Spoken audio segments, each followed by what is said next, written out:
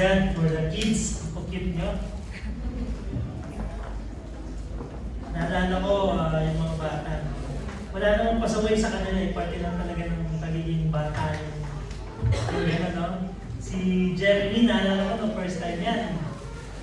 All over the world, all over the room. Pero ngayon, napakabihig na. So, praise God sa mga parents. At dinadala po natin ang ating mga anak sa gawain po ng Panginoon. At ito po ay parte ng ating lesson ngayong araw na ito. And first of all, I would like to greet all the fathers ng Blessed Father's Day sa ating lahat. Sa mga nagagawuhan, tsaka na nagigitingan, araw natin ito. Pinag-trabaho pa kayo ng mga misis nyo kanyang umaga.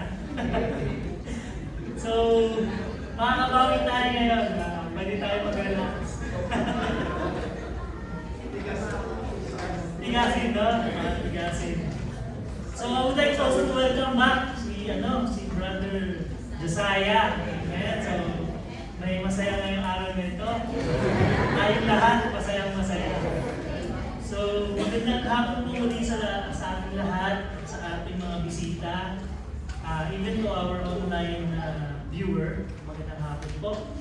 So, the title of our lesson for this afternoon, of course, since it's Father's Day, patungkol dito sa ating mga anak. At I entitled this as the great investment of a father. So, ano nga ba yung greatest investment nating mga ama? Napakasarap pakinggan pag salitang investment. Stocks, no? Ano ba? Properties, bike. It's the investment for health. Sapatos, relo. Ano pa bang mga investment ang ating alam, no? Anong investment ang ating pag-aaralan ngayong hapon na ito? And I hope mag-bless po tayong lahat. At I would like to open up this lesson sa main text po ng ating pag-aaralan ngayon. No? Malamang itong verse na to, madalas nakikita nyo sa wall, sa door, no, ng inyong mga bahay-bahay. No? Yung pinaka-popular na word sa Joshua 24 verse 15. No? As for me and my house, we will serve the Lord. So, itong pag-aaralan natin ngayon ito ay very helpful, very convicting at the same time. But it will give comfort. No, naalala ko nung bago umalis si Pastor, sa ating mga preachers, no, ang huling bilin niya, comfort them with the word of God. Indeed, it is a very comforting word ang ating maririnig ngayon. And I would like to request everyone to open up our Bible. Let us all read it together in the book of Joshua, chapter 24, verse 15. So babasahin lang po natin siya ng sabay-sabay. Pakisabi po if you are older. Joshua chapter 24, ito po ay last part ng ating chapter.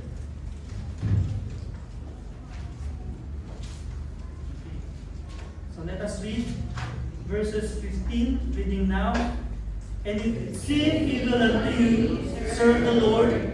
Choose ye this day whom you will serve, whether the gods which your fathers served, or the gods of Amorites, in whose land ye dwell. But as for me and my house, we will serve the Lord. Let us pray. Our Heavenly Father, Lord, the King of Kings, the Creator of heaven and earth, Lord, we thank you, Lord, for this day again, that we could gather together to study thy word, to this Bible study. Lord, thank you, Lord, for the protection for each and every one of us. And we pray, O Lord, as we study thy word, may you sanctify your word. May you give us, Lord, the wisdom and understanding. And may you help me, Lord, as your mouthpiece to deliver only your word and not my opinions. Guide me, Lord, through the Holy Spirit. And may you give us, Lord, the lesson that we need to hear this afternoon.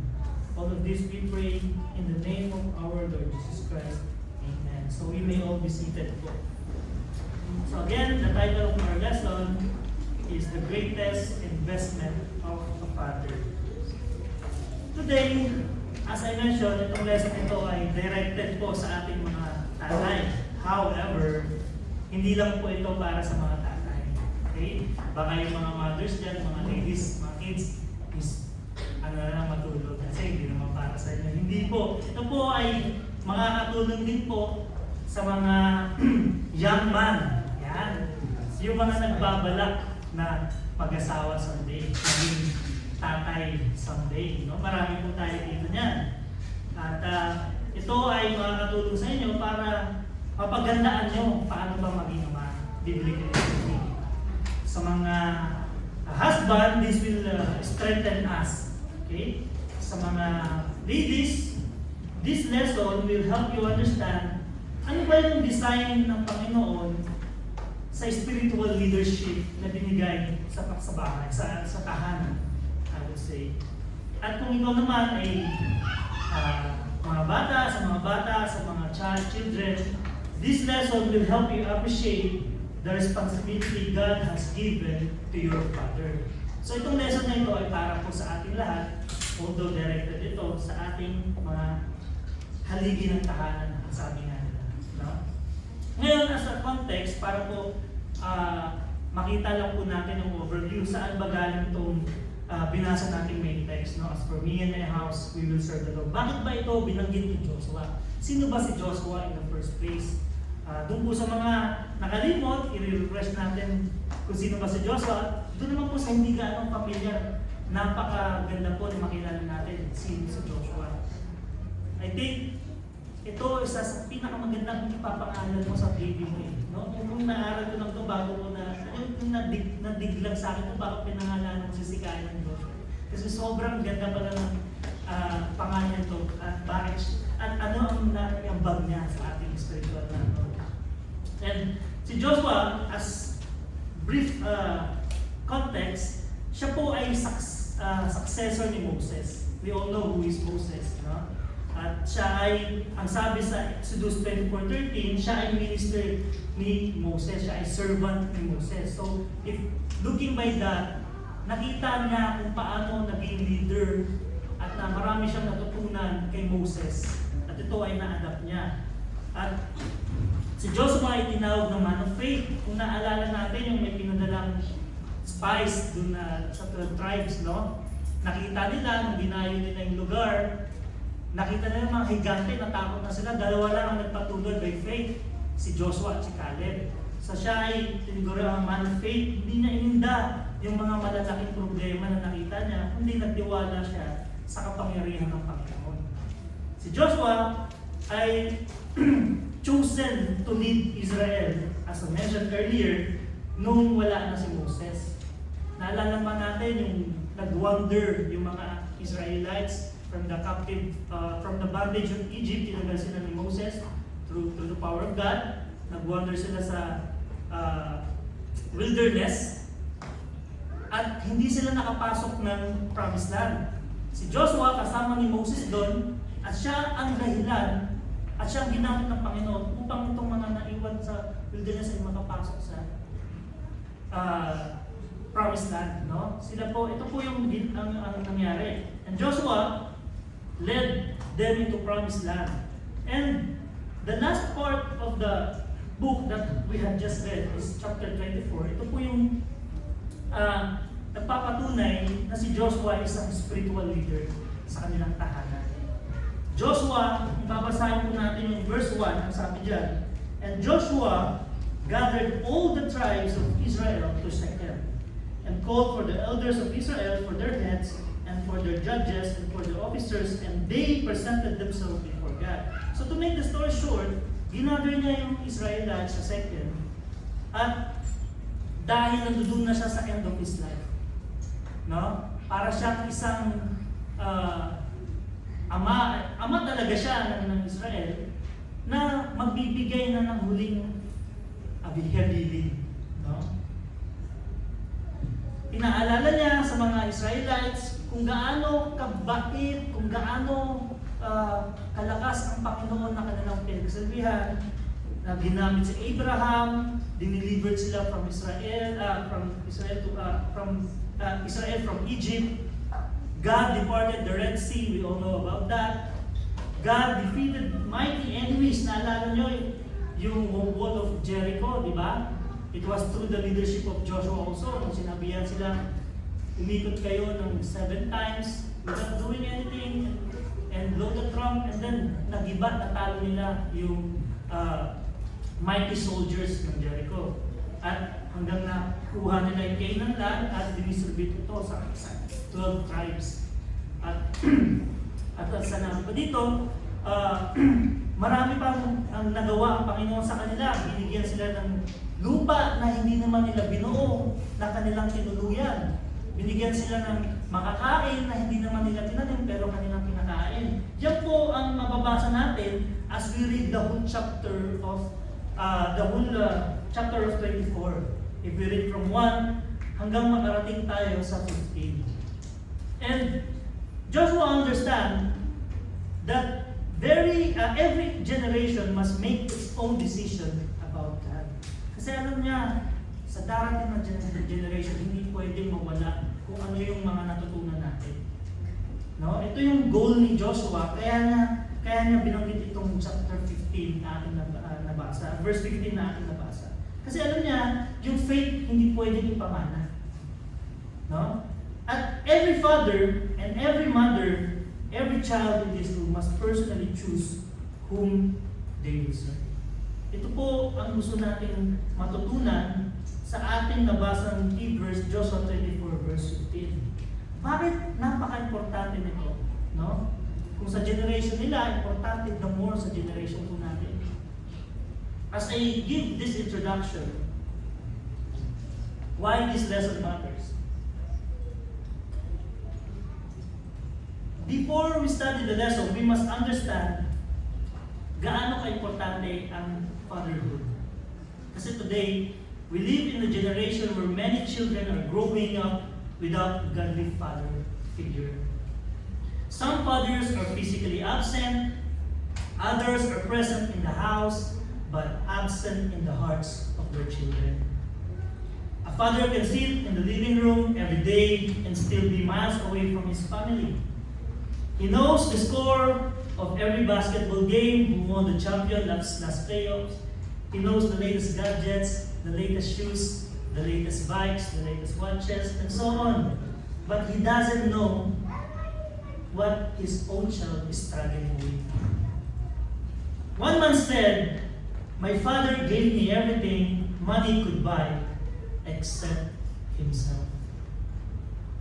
That statement is heartbreaking because children do not simply need provisions, they need our presence.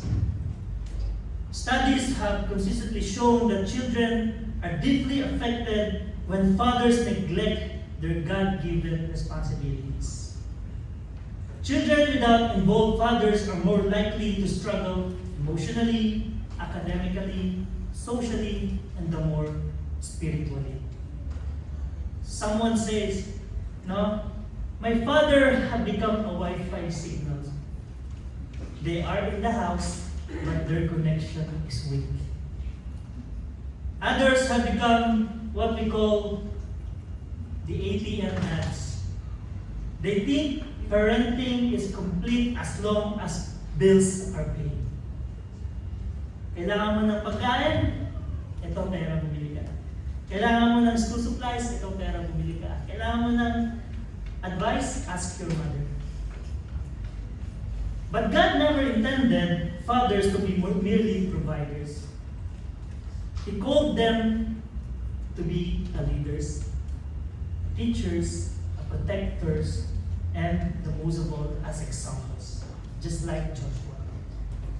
Imagine yung Noah Ark, no? Kung sinunod lang ni Noah, "Yes, I will build the ark. Kayo nang bahala sa family." Or si Joshua, "I'll serve the Lord, but my family can do whatever they do, whatever they want."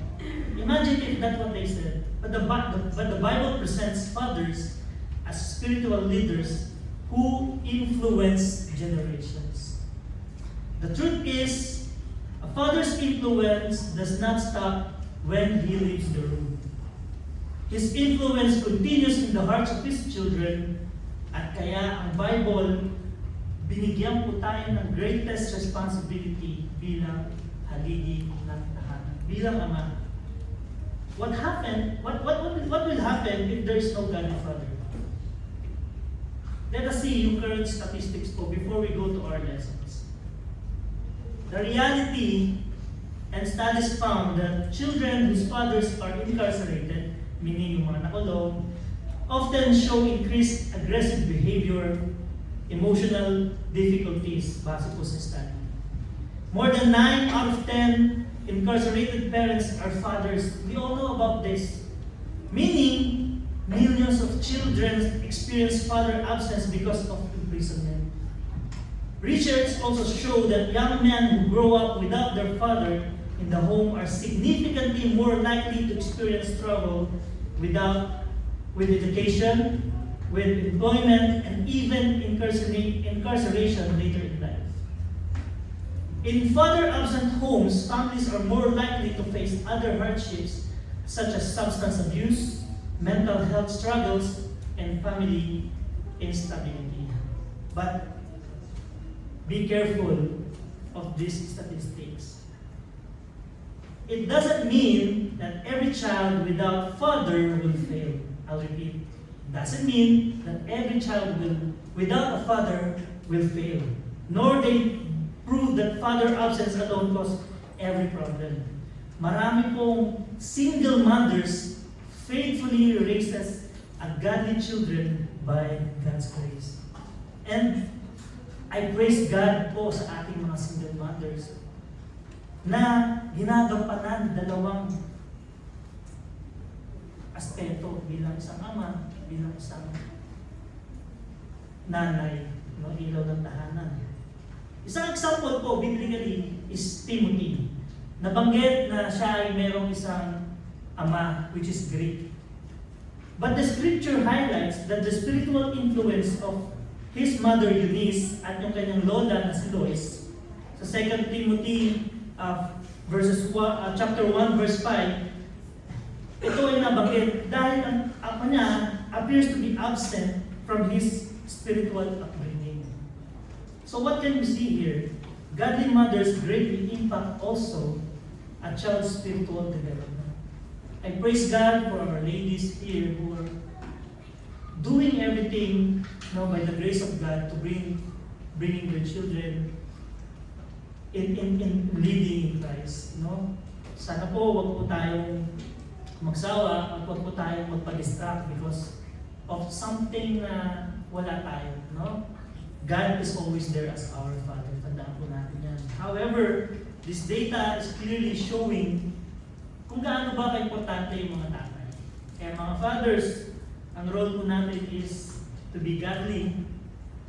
And I just would like to share a quick story as we go to our next point.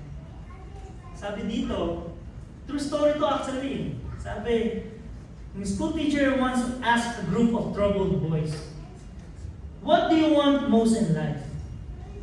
Many expected answers like, "I like money, PS5, success, or fame." Instead, one boy quietly said, "I just wish my dad would spend time with me." The answer reminds us that children do not primarily need a perfect father. They need a present father. They need a loving father. And most of all, they need a father who points them to God. At ano ang dahilan bakit madalas walang time ang mga tatay sa mga anak? Guilty ako dito minsan sa sobrang busy natin sa trabaho, pagdating sa bahay. Daddy, let's play. Dahil nga pressure ka na, agad ka na, ayaw mo naman paglaro, no? It's an eye-opener na kaya ka nga nag-work for them. And then, lilipas ang time, malaki na yung anak mo, hindi mo na yan mayayakap, hindi mo na yan mahalikan. Ang bilis ng panahon. Kaya it's a realization for us na makita ang lesson through this chapter. Let's go to our point. Let us see why it was 4, next slide. Bakit nga ba? Kasi nga busy. Although maganda namang pakinggan na I want to be successful for my family. Wala namang itinuro na dapat hindi ka maging successful. God wants us to be successful fathers. Pero kailan nagiging mali? Pag hindi natin naunawaan yung meaning ng success, biblically speaking. The Bible definitions of success is very different from the world's definition. The world often defines success kung ikaw ay may pera, kung ikaw ay may position, kung ikaw may fame, kung ikaw may power, kung ikaw ay may achievements. But God defines success primarily by faithfulness, obedience, and fulfilling His will. Saan po natin makikita yan? Let us open Joshua chapter 1 verse 8. Sabi dito, this book of the law shall not depart out of thy mouth, but thou shalt meditate therein day and night, that thou mayest observe to do according to all things is written. Therein for them thou shalt make thy way prosperous, and then thou shalt have good success. Notice, God connects good success with knowing God's word, meditating on God's word, and obeying God's word. Ito po yung success na tinutukoy sa Bible. Ito yung success in God's eyes na hindi merely getting what you want. It is becoming what God wants us to be, fathers. I will repeat, success is becoming what God wants us to be, fathers. So know God's word, meditate on God's word, obey God's words, then your way will be prosperous, and then you will have a good success. So since this is Father's Day special, so what does God want a father to be? That leads us to our point number 1. A father must make a personal decision to serve God. Kung babalikan po natin yung ating key verse, ang sabi sa 15, and it seems as evil unto you to serve the Lord, choose you this day whom you will serve, whether the gods of these fathers, whether the gods which your fathers served that were on the other side of the flood, or the gods of the Amorites, sabi, in whose land that you dwell, but as for me. Makikita natin dito na binanggit niya, bago niya sinabi yung about his house, he spoke about himself. Before he said, my house, he said me. Before he challenged his family, he challenged himself. He needs to settle something with his own heart. Joshua understood yung simpleng katotohanan na you cannot lead others but you are unwilling to go yourself. A father's greatest leadership tool is not his authority, it is his example. Ito rin yung sinasabi sa Deuteronomy chapter 6 verse 16 lang po natin, biblically speaking. Ano pong sabi dito? And these words which I command thee this day shall be in thine heart. Ano pong konteksto nito? Bakit nabanggit ito? Si Moses, binibigay niya na rin yung final instructions niya to Israel before they entered the promised land. Moses was talking here. Kasi in previous generation had died in the wilderness, no, nabanggit natin kanina, because of what? Unbelief. Moses wanted the new generation to remain faithful to God and pass His truth to their children. Yan po yung purpose ng verse na nabasa natin. Verse 4, kung babalikan natin sa same chapter, Deuteronomy chapter 6, ang sabi dito, hear, O Israel, the Lord our God is one Lord. Moses is talking. He's saying, there's a one Lord. Sa verse 5, anong sabi? And thou shalt love the Lord thy God. You have to love our God wholeheartedly. Ito yung sinasabi ni Moses. Kasi that next generation na yung maapektuhan. At sabi sa verse 6, yung binasa natin kanina, and these words which I command thee This day shall be in thy heart. Ilagay nyo sa puso nyo. There's only one God, and you have to love Him wholeheartedly and put it in your heart. Ito ang sinasabi ni Moses. Remember, Moses, kasama na si Joshua dito. Si Joshua, kaya na binanggit yung key verse natin, ang ganda lang makita yung connection, di ba? As for me in my house, we will serve. Kasi natutunan niya sa example ni Moses. Ito po yung sinasabi ni Moses. Kaya sa verse 7, let's go. And thou shalt teach them diligence unto their children. Ang ganda po ng pagkasunod mo. Love God. Let His word fill your heart. And then, teach it to your children. Mahirap po magturo nang wala sa puso. Mahirap magbigay ng something na wala ka. Kaya ang bilin ni Moses, know the Lord, love Him wholeheartedly, and then teach it to your children. Hindi po tayo magiging effective teachers kung hindi natin ito personally possess. Many fathers want children who love God. But the question is, do the children see Father who loves God?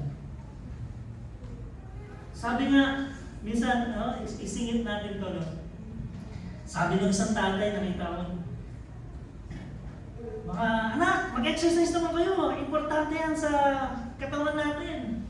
Yung tatay, ganun siya, tapos, ganda na, nakita-kita na yung belly, may hawak na chicken bucket. Tapos, tininulan lang siya ng mga anak niya. Natawa. Bakit? Bakit sa tingin niyo? Anong maalala ng bata? Yung sinabi na, mag-exercise kayo o yung chicken joy? Diba? Isa lang sa example ito na if we want something to our kids, it has to be seen to us, fathers. It has to be seen to us, parents. Kaya nga po, ang sabi, no, sabi din ng iba, importante yung church mga anak. But every Sunday, yung tatay, optional lang yung church worship service. Minsan siya pa nagsasabi, are we going to attend? Pero siya sabi niya, you have to go to church. Hindi po ba nakakaya sa mga anak?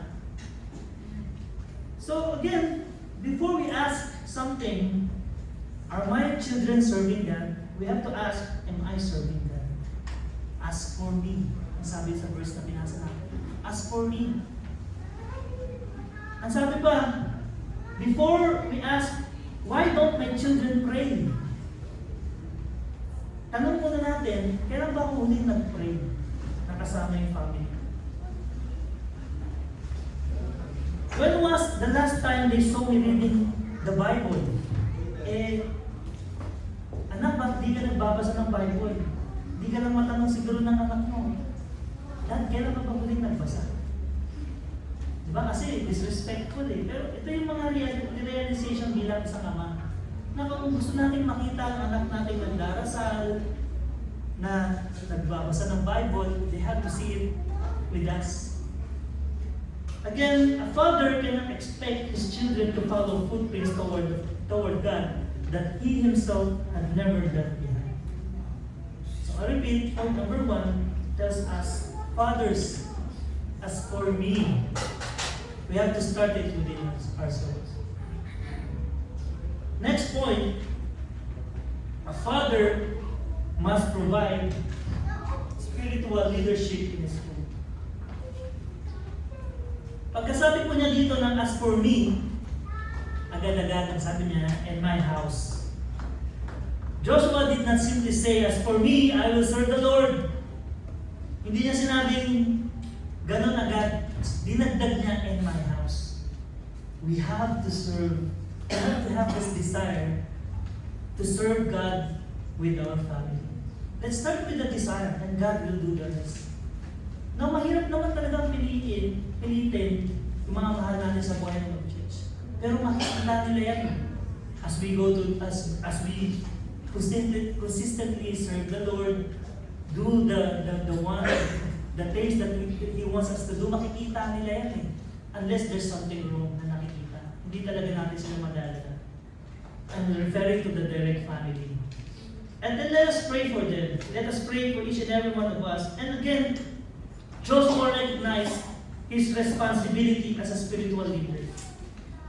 As a head of his household, Joshua knew that God had entrusted him with the responsibility of leading his family. Ito po ang nag-echo sa testimony ni Abraham. Ang sabi diyan sa Genesis 18:19, "For I know him, that he will command his children and his household after him, and they shall keep the way of the Lord to do justice and judgment, that the Lord may bring upon Abraham that which he had spoken of him." Bakit po nabanggit ito? Ano ang context ng verse na ito? Historically, God is speaking with Abraham. Bago niya i-reveal yung judgment niya sa Sodom and Gomorrah, immediately sinabi niya kay Abraham, "I will destroy Sodom and Gomorrah." Bakit binanggit ito? "For I know him," God is talking him to Abraham, "that he will command his children." Dito, binabanggit po maniwala na ang Diyos nagtiwala kay Abraham na pag sinabi ko itong salita na to kay Abraham bilang ama, sasabihin niya ang salita ng Panginoon sa kanyang mga anak. Nasusundan po natin. Ganun din po tayo mga ama, no? If we learn something from God, we have to share it to our kids. Kaya nga po makikita dito, God praised Abraham was not focused on his wealth. Remember, Abraham is a wealthy person. No? Hindi nakita ng Panginoon kung gaano kayaman sa Abraham. Pero nakita ng Panginoon yung faithfulness ni Abraham. But on his commitment na dadali niya ang kanyang household, no, sa Panginoon. So, as for me and my house, we will serve the Lord. God specifically commended Abraham because he would lead his family spiritually. God did not say Abraham would merely provide food. God praised him because he would guide his household after God. Many fathers work hard to give their children good education, good clothing, good opportunity, everything na valuable. But if the children gain the world and lose God, something important has been lost. Kaya nga po, wala pong masama na mag-impo, na mayroon tayong assurance na pag nawala tayo, mayroon tayong may papamana. Wala pong masama po. Pero mas trabahuin po natin na one day, na pag wala na tayo, yung salvation po ng mga anak natin ay sigurado sa Panginoon. Bukod po sa mga material na ito. Joshua understood that faith must be passed to the next generation. Kaya nga po, as for me and my house. Kasi itong mga generation na darating through my kids, they have to be saved as well. They have to have faith with God as well. Joshua was nearing the end of his life. He had seen God's miracles firsthand. Ito yung pinaalala niya nung pinatawag niya yung mga Israelites leaders and everyone doon sa second, no? Sa verse 1. Pinaalala niya lahat ng kabutihang ginawa ng Panginoon sa buhay niya. Alalahanin po natin yung mga kabutihang ginawa ng Panginoon sa atin magmula po nung naligtas tayo. Even hindi pa po tayo ligtas. God is so gracious, providing everything to us. Kaya nga po makikita na natin dito, Joshua wanted his home to be different from the world. The people had a choice. Ang sabi nga niya, hindi niya naman pinilit yung mga Israel na piliin niyo kung sinong Diyos na gusto niyong paglingkuran. Na sabi niya, pero ako, ang pamilya ko, pagsisilbihan namin ng Panginoon. Yun ang sinabi niya, walang pilitan. Kaya dito, alam niya na yung gods of their fathers, gods of Amorites, or the Lord, yun lang ang option eh. Kumbaga dalawa lang eh. Either yung Diyos ng mundo o yung totoong Diyos. Joshua declared that regardless of what others chose, his household would belong to God. He was establishing a spiritual identity sa kanilang tahanan. Ano pang makikita natin sa point na to? Joshua knew that leadership begins at home. Magiging hipokrito po si Joshua kung na-lead niya yung nation of Israel without him leading his own family. Tama po ba? Imagine, na-lead mo yung buong nation pero hindi mo na-lead your own family. Public leadership means little if private leadership is absent. Before a man can influence society, he must influence his own house. Joshua did not say, "As for me and Israel." As for me and my house, he understood that while he could not control the choices of the entire nation, he was accountable for the spiritual direction of his own house. Malinaw po ito kay Joshua. Fathers, we are accountable for the spiritual direction of our own home. When we say accountable, hindi natin kasalanan kung hindi sila susunod. Kasi may kanya-kanyang choice yung mga mahal natin sa buhay. But accountable tayo kung wala tayong desire, wala tayong prayers na madala sila.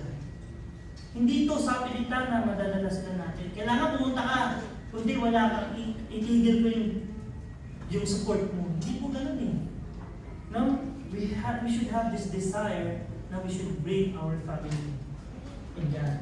Yan din po yung sinasabi sa Acts chapter 1 verse 8. Pakibuksan po.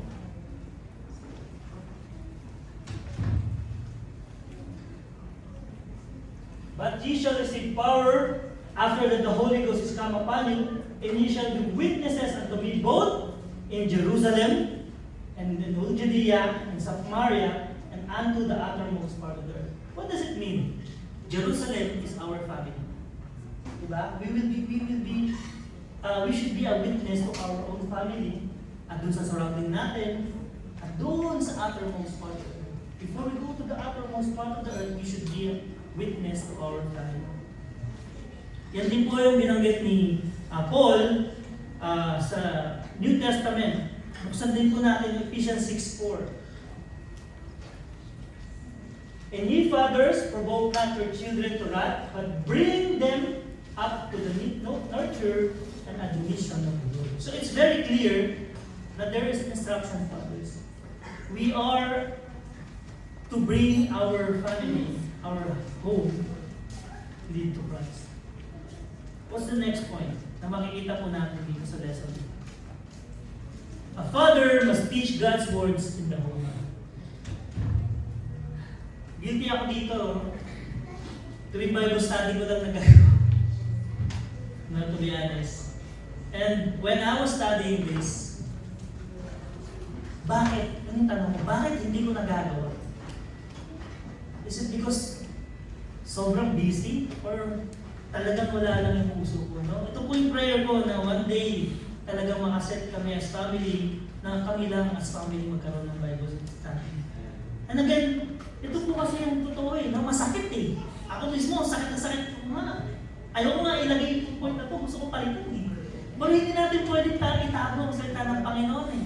Hindi natin pwedeng i-sugarcoat para walang masaktan eh. Yung tunay na comfort. Di po ba? I mean, ang sabi dito sa Deuteronomy 6:7, and thou shalt teach them diligently unto thy children. Ganun din po sa 2 Timothy 3:15. Basahin po natin. 2 Timothy 3:15. And that from a child, thou hast known the Holy Scriptures referring to Timothy, which are able to make thee wise unto salvation through faith which is in Christ Jesus. So dito makikita natin, God never intended spiritual training to be left entirely to pastors, to teachers, or churches. So I would like to get this opportunity. Thank you, teachers, for teaching our kids, no, sa ministry ninyo. Thank you. Napupunan mo yung pagkukulang namin mga magulang. Again, the primary responsibility belongs to parents. Parents, sa atin po ang responsibility nito, hindi po sa mga school teachers. Specifically, fathers.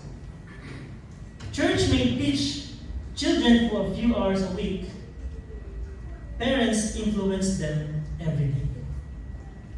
Many fathers want a strong Christian children while outsourcing the spiritual training for their children. Totoo, no? Gusto natin lumaking may alam sa salita ng Panginoon yung mga anak natin. Pero tinuturuan ko ba? Ina-outsource ko eh. Walang masama doon kasi kita ng Panginoon na hindi mo ginagawa eh. Kaya dalhin mo sa church. Kung hindi mo kaya, dalhin mo sa church. Wala pong masama doon. At one day, makukonvict din ako. Kailangan ko ng turuan yung anak ko. Joshua understood the spiritual condition of the home is too important to delegate completely to others. That is why he did not say, the pastor will serve the Lord for my family. Hindi niya sinabi. Or the teachers or the deacons or brother jobs or deacon Arnel, deacon jobs will take care of my children. Hindi. He said, as for me and my house, we will serve the Lord. Joshua accepted a personal responsibility for the spiritual direction of his home. One day, fathers, we will not give an account to God for how many trophies our children won, how much money they earned, or what career they pursue. But they will give an account for how faithfully they pointed their children to God. The church can reinforce what a father teaches. Nare-reinforce lang po ng church yung tinuturo natin. But it cannot replace what a father neglects. If a father does not disciple his children, the world will. I repeat, mga ama, kung hindi po natin, i-disciple pala ang mga anak natin, ang magdi-disciple sa kanila, ang mundo. Hindi po yan biro. And that leads us to our point number 4. Father must stand against the pressure of the world. For this point, ang sabi ni Joshua, choose you this day whom you will serve, whether the gods which your fathers served that were on the other side of the flood, or the gods of the Amorites in whose land he dwelled. Sino na itong binabanggit niya na gods beyond the flood and gods of the Amorites? Biblically speaking, yung flood po dito, hindi po ito yung Noah's flood, okay? Contextually speaking, he was referring to Euphrates River. Hindi po ito yung Noah's flood. Joshua was referring to the idols worship. Again, Joshua was referring to the idols worship by Abraham's ancestors. Bago po kasi si Abraham naging ginamit ng Panginoon, him and his ancestors were unbelievers. No? They were worshiping an idol. At sabi din yan sa Joshua, tingnan po natin yung supporting verse. 24, Joshua 24 verse 2. And Joshua said unto all the people, thus saith the Lord God of Israel, your fathers dwelt on the other side of the flood. In old time, even Terah, the father of Abraham, okay, ancestor ni Abraham, and the father of Nahor, and they served other gods. Yan po yung supporting words. Sa Bible po, pag nakita natin small g, that refers to what? Idols. Kaya nga po, commercial, no? When we greet, God bless, even sa text, no? Gamitin natin yung big G. Ano lang to, hindi po siya instruction. Para kasi, hindi pala, kung sa Bible nga is big G. Bakit natin gagawin yung small G? So again, commercial lang. Dahil nakita ko na naman yung small G. Abraham's family originally worshipped false God before the Lord called him. Ang sabi dito ni Joshua, kung gusto nyo bumalik doon sa mga Diyos ng inyong mga forefathers, nasa sa inyo yan, kumbaga, kung gagamitin pa natin yung salita natin. Ano yung makikita natin dito? Sometimes, the greatest temptation is to return to our old ways rather than continuing following God. Mas madali kasi, mas masaya. But, sino ba yung God of Amorites also? God of Amorites were one of the pagan nations living in Canaan. No, they worship false gods like Baal, Astoret, and Molech. Kung pag-aaralan po natin mabuti, si Baal, we all know, siya po yung God na in-offer ng mga sanggol, pinapatay. Basta, idol worship. These religions promoted idolatry and immoral practices that God had forbidden. Joshua warned Israel not to adopt these beliefs and lifestyle of the culture around them. Nakikita niyo yung concern, no? Kung bakit niya binanggit itong key verse na to, hindi lang niya basta-basta binanggit. At puno-puno ito ng pagmamahal at reminder at warning na huwag niya na itong dalhin sa susunod pang generation. Ituro niyo yung tama sa inyong mga anak. Ito yung gusto niyo sabihin dito eh. The temptation was only to return to old sins, but the temptation is also to embrace the new sins. Kung nakikita po natin ito sa panahon ngayon, nagsisimulang ituro ng mundo, i-embrace natin yung mga homosexuality. Ang sakit pong makikita na nagpapakamatay tayong dalhin yung mga anak natin dun sa lugar kung nasaan mo ngayon. At very confident na tayo na hindi sila madadala. Biblically speaking, on our next point, pakikita po natin ang example ng isang follower ng Panginoon na dinala sa kamunduhan ang kanyang family at anong naging epekto. Joshua's points here, Joshua presented basically two choices. Three. Babalik ba kayo sa Diyos nyo yung mga nakaraan?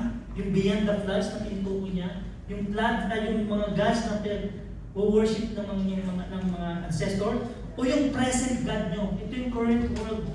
Yung Amorites, yung current living ng Amorites, or pipiliin yung true God. Ito yung sinasabi ni Joshua dito eh. Yun nga, yung sa binasa namin kanina. Kaya nga kung makikita natin dito, very convicted talaga yung pagbigkas ni Joshua dito kung iinaklam natin. But as for me and my house, we will serve the Lord. Kaysa babalikan niyo ba yung mga Diyos-Diyos na nakilala niyo na wino-worship niyo dati? O babalikan, magpapatuloy kayo sa Diyos na nagligtas sa inyo, nag-alis sa inyo from bondage of Israel. Binigyan kayo ng pagkain, binigyan kayo ng tirahan, nang nare-relate natin na sa sarili natin. Tapos babalik ka dun sa dati. Kaya nga po application dito for fathers and every one of us, the gods beyond the flood may represent our old sinful habits. Bitawan na natin yung mga old sinful habits natin. Mas magaling mag-aya sa mga barkada natin. O inuman tayo, ang daming magpapalista sa group chat. Siguro nagpas 20. Pero pag mag-aya ka ng attend kayo sa church service na, wala nga sinsong. Eh ikaw, medyo yung isang paa mo na nakatapak pa doon, madadala. Iwasan na natin yan. Traditions or lifestyle from our past. The gods of the Amorites represents our modern idols. Ano ba itong mga modern idols na to? Money, success, entertainment, sports, and social media, everything na nag-separate sa atin, na nag-aalis sa atin sa pag-serve sa atin sa Panginoon. Again, masakit ito, marinig. Pero ito'y talagang nakaka-comfort kung talagang maunawaan natin. Dahil nga, nangyari na po eh. Nangyari na po sa past at nangyayari po ito mas lalo ngayon. With the current social media, with the current technology that we have, with the current AIs, napaka-delikado na po. Sino na lang mag-aalaga sa mga anak natin kung hindi po tayo kikilos mga anak? Hayaan ba natin one day itong nag-iisang anak maging, diba? Nag-iisa na lang, naging ano pa? Di po ba? So again, Joshua refused to be controlled by the mistakes of the past, of the pressure of the world, pressure of the present. He chose to lead his family according to the Lord's will. If we let pressure of the world before us, ano po ang maaaring mangyari? Kung magpapapressure tayo sa peer pressure, sa worldly affairs, ano po ang pwede mangyari? Ito po yung binabanggit ko kanina. Tingnan po natin yung Genesis mahaba. Ikwento ko na lang. Alam niyo po si Lot? Di po ba? Si Lot ay kilala by choosing his side, choosing side, not by faith. Nakasulat po ito sa Genesis 13 from 10 to 11. Hindi na po natin babasahin, no? Masyadong mahaba. Bibigyan na lang po natin siya ng buod. Kung tayo po ay magpapadala sa mundo, tingnan po natin yung nangyari kay Lot. Si Lot ay nephew ni Abraham. Okay? Galing sila sa Egypt, sila ay parehas mayaman. Sabi sa Bible, sila ay may kanya-kanyang herdsman. Okay? Herdsman, mga tauhan, kung saan natin yun. Marami silang cattle, marami silang animals na inalagaan. At sila ay nagsasama sa isang lugar. Malawak na lugar. Dumating ang time, ang herdsman ni Abraham at ang herdsman ni Lot nag-away. Lugar ko to, hindi sa amin to. At dahil niya sa leadership ni Abraham, ang sabi niya, Lot, kailangan nating mag-separate. Kasi nag-aaway na itong mga, hindi tayo dapat magkaaway dahil tayong magkapatid. So anong nangyari? Sabi ni Abraham, pumili ka, despite of him being the elder, ang sabi niya, pumili ka. Kung anong mapipili mo, kung pipili mo ang kaliwa, kukunin ko ang kanan. Kung pipili mo ang kanan, kukunin ko ang kaliwa. Ganun po ka generous.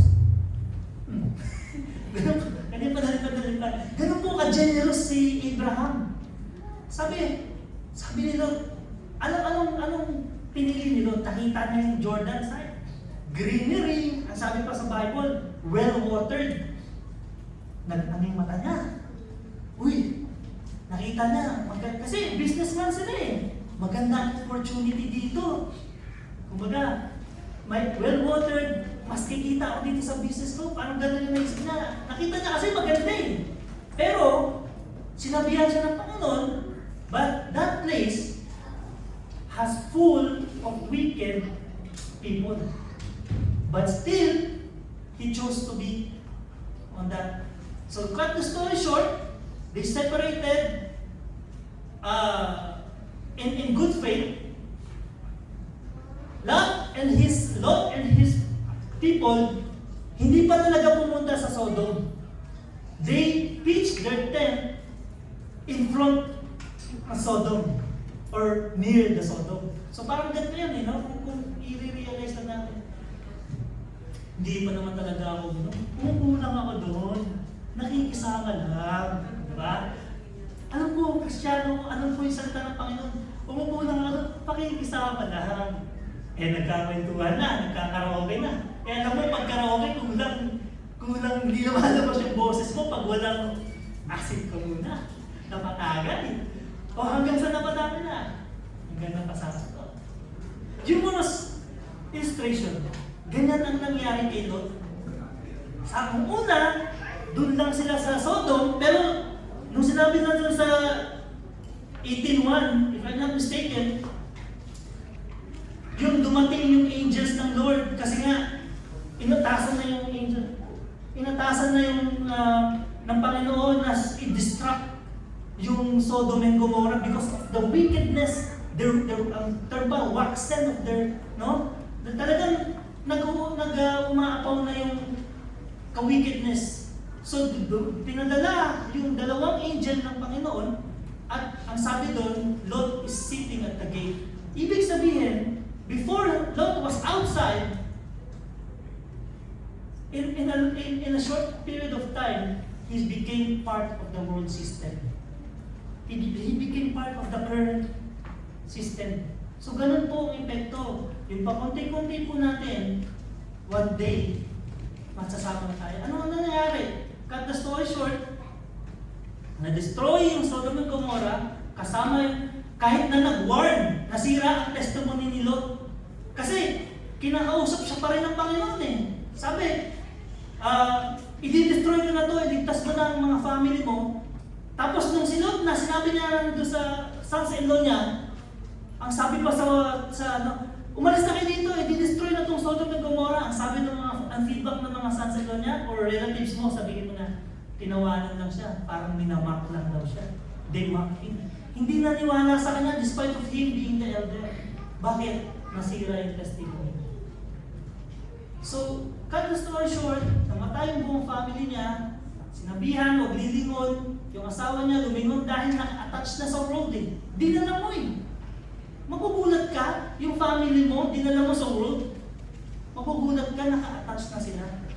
Kaya nang sinabi, tumakbo kayo, huwag kayong lilingon, yung asawa niya napalingon dahil na-attach and he become a pillar of salt. So what happened? Ano makikita natin doon? Natira lang dalawang anak niya na babae. Makikita natin dito. Pag tayo nagpadala sa pressure ng world, isa lang ang kahihinat natin. Distraction. Kaya nga po mga kapatid, nasabi ko sa ating next point, a father greatest legacy is a godly example. Joshua in 24 verse 24, chapter 24 verse 24, ang sabi dito, and the people said unto Joshua, the Lord our God we will serve, and His voice we will obey. Tanong po tayo sa 31. Ang sabi dito, and Israel served the Lord God the days of Joshua,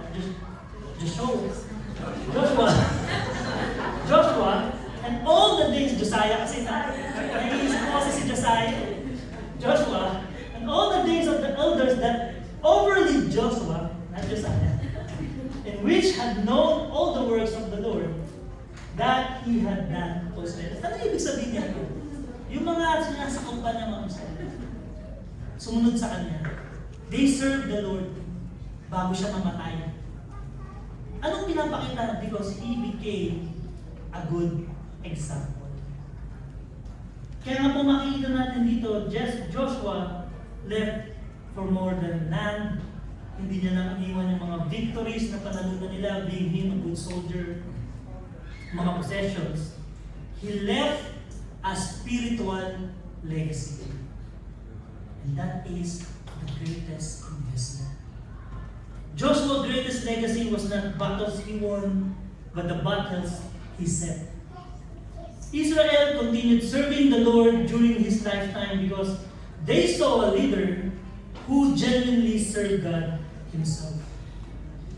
Ang sabi sa Proverbs 20 verse 7, the just man walketh in his integrity, his children are blessed after him. Kaya napaka-importante po ang integrity ng mga fathers.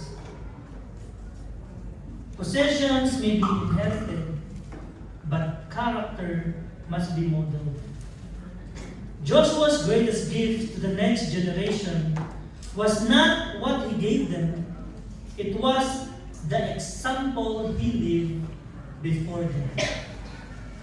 And as an application to the fathers, God has not called us merely to provide.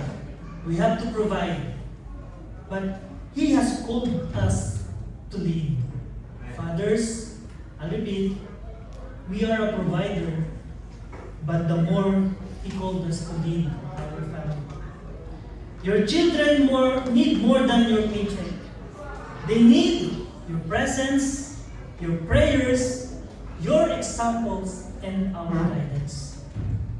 To the young men, young professionals, prepare now for the father you hope to become.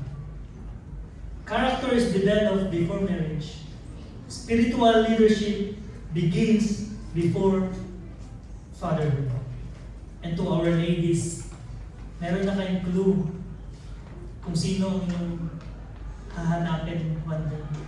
Dapat godly man. Huwag lang basta pogi, tapos yung opa, tapos oopakan lang kayo. Huwag lang yun. Tingnan po natin yung Kristiyano, yung mayroong Diyos puso. Kahit hindi mayaman, kahit hindi kagwapuhan, basta kagwapuhan ay nagmumula kay Kristo. Hindi po ba? Ladies, encourage and support your godly leadership. Sa mga wife, narinig po natin ang mensahe na ang leader po na inatasan ng leader ng household ay ang lalaki. Masyado lang kami mababait kaya kami sumusunod sa inyo. Mahal namin kasi kayo. Pero huwag nyo namang ipakita sa harapan ng ibang tao kung kaano nyo kami kinokontrol. Sa bahay na lang. Magwawalis naman kami. Susunod na. May tattoo dito. Mga members kami ng Lions Club. Diba? Kami yung Lion, tas dati ko yung kidding aside. So ladies, let us pray. Please pray for us, your husband, to be the leader God wants us to be. Help God cultivate an environment where God's word is honored. So I'll repeat. Alam na po natin mga fathers, ano yung greatest investment na dapat natin ibigay sa ating family. And I pray na na-bless po tayo sa lesson natin ngayon. Hapon ito, and all the glory belongs to God. Let's pray. I would request everyone to stand. Our Heavenly Father, Lord, we thank you for this afternoon, for the lesson that we shared, Lord, about Joshua 15. As for me and my house, we will serve the Lord.